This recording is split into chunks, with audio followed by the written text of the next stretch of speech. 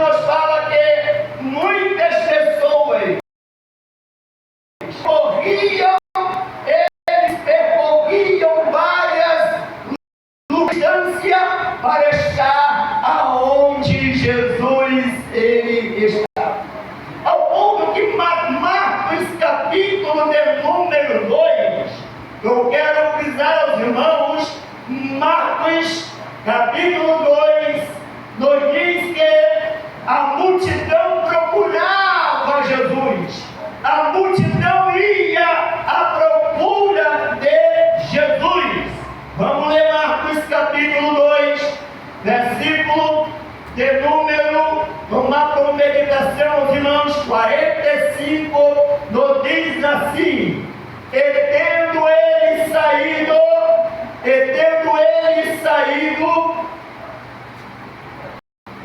começou a publicar o fato e divulgar a notícia, de maneira que Jesus não podia entrar publicamente em uma cidade, mas ficava fora em lugares desertos, e de toda a parte vinham até ele, até aos lugares desertos, aonde a notícia chegava em que Jesus ele estava. A multidão, elas iam à procura de Jesus. Agora, em Marcos 2, que é o capítulo também 9 de Mateus, relata a mesma mensagem, a mesma aplicação da história do ministério de Jesus. Marcos vai dizer que Jesus ele estava em uma residência ou em casa, e a multidão, elas percorriam, elas iam à casa aonde Jesus ele estava. É interessante observar que o texto nos fala a respeito de que o capítulo 2 de Marcos diz que souberam, e quando alguém souberam que Jesus estava em casa, a Bíblia nos fala que 4 homens, eles movidos por fé, eles movidos numa expectativa de que Jesus estava em casa, e que ele tinha o poder, e que ele tinha a autoridade, e que ele realizava proezas, maravilhas e curava todas as pessoas. Ao ponto que Marcos vai dizer que os 4 homens que são ali levaram o paralítico até a presença de Jesus, usado por Deus pelo Espírito para ser conduzido o paralítico aonde Jesus ele estava.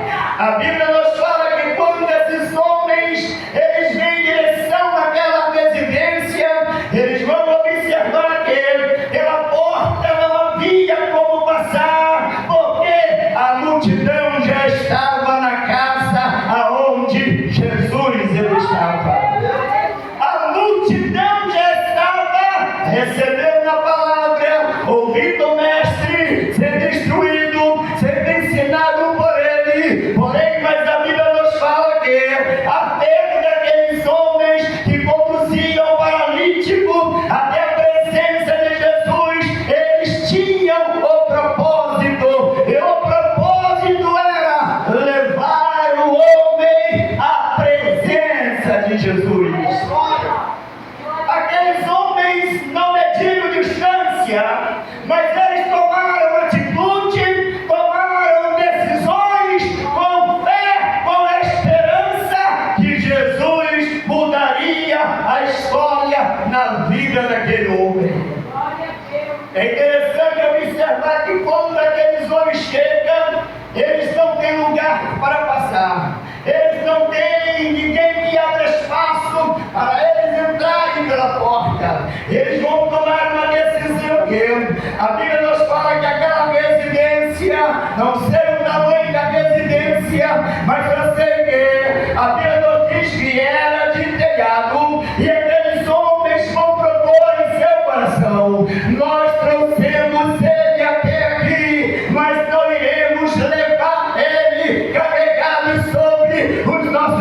outros, porque nós temos convicção e certeza que Jesus vai mudar a história da vida dele e não vai ser mais conduzido e carregado por alguém, mas ele vai caminhar conosco ao retornar à nossa casa. Ei, a esperança daqueles homens era exercer a fé. A fé, ela é a base fundamental do cristão. Hebreus 11 diz que a fé, ela é o firme fundamento das coisas que se esperam e a prova das que se não vê. É claro que a carta aos Hebreus, quando vai ser registrado, vai dizer que nós não vimos Jesus, mas nós cremos na pessoa de Jesus. Nós não vemos aos olhos carnais, mas no campo espiritual, o Espírito de Cristo, Ele está conosco nesta manhã. A pessoa bendita do Espírito Santo, e o próprio Senhor Jesus disse: eis que eu estou com vocês todos os dias até a consumação dos séculos.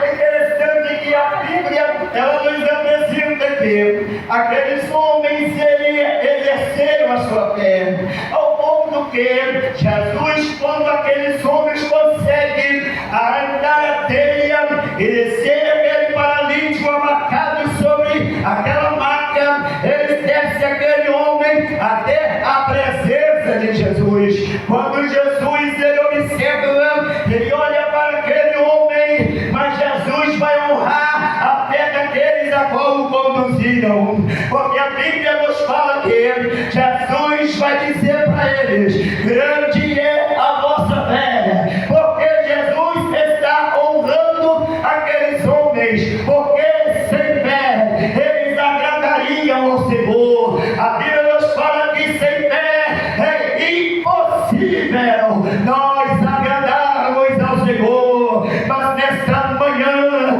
nós temos que, através de exercer a fé, Ele é galardoador daqueles que o cultuam, daqueles que o adorem, daqueles que o servem, daqueles que o louvam, daqueles que estão trilhando os seus caminhos na presença do Senhor. Jesus, ele vai honrar a fé daqueles homens.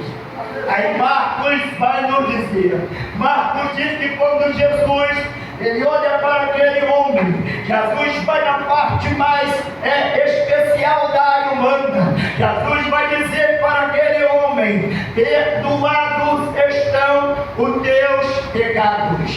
Quando Jesus vai expressar essa palavra, perdoados estão os teus pecados, algum grupo que haviam ali naquela reunião, naquela casa, eles foram tomados por uma indignação, eles foram tomados por um ódio, eles foram tomados por uma inveja, eles foram tomados de uma situação ao contrária do que Jesus estava realizando. Mas por que eles assim o fizeram? Eles eram opostos ao ministério de Jesus, eles não eram a favor do ministério de Jesus, porque a doutrina de Jesus era diferente das deles, os ensinamentos de Jesus eram diferentes das deles, as realizações de Jesus eram diferentes das deles. Jesus não se prendia na sinagoga, Jesus realizava proezas por onde ele passava, por onde ele estava. A multidão o seguia, a multidão o queria, a multidão o procurava, a multidão o desejava, porque Jesus tinha uma palavra.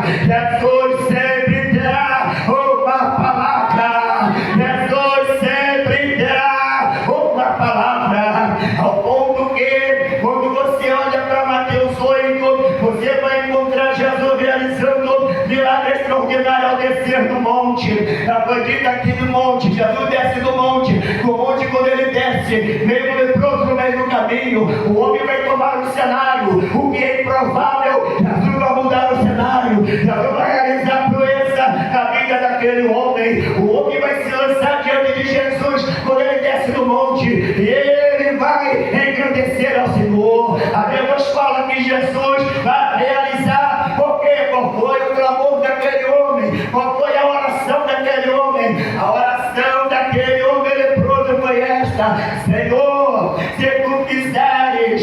pode purificar. Olha, irmãos, que interessante. Se tu quiseres, interessante que muitas das vezes hoje as coisas inverteram, as coisas mudaram. Senhor, se tu fizesse por mim, eu farei isso para o Senhor. Senhor, o ano 2025 se foi, mas se tu mudar alguma coisa na minha vida hoje, eu farei isso e farei aquilo, irmãos. Por muitas das vezes prometemos e nós não cumprimos, mas o Senhor,